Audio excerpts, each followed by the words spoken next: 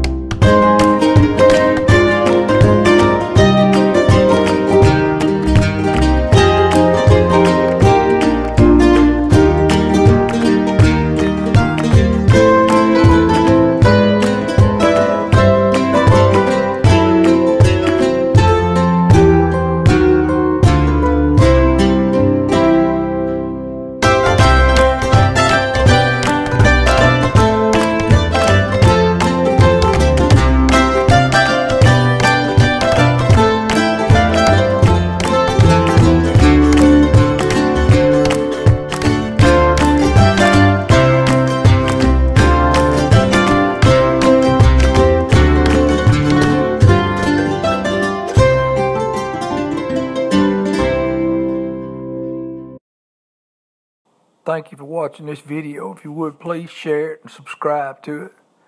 Thank you very much.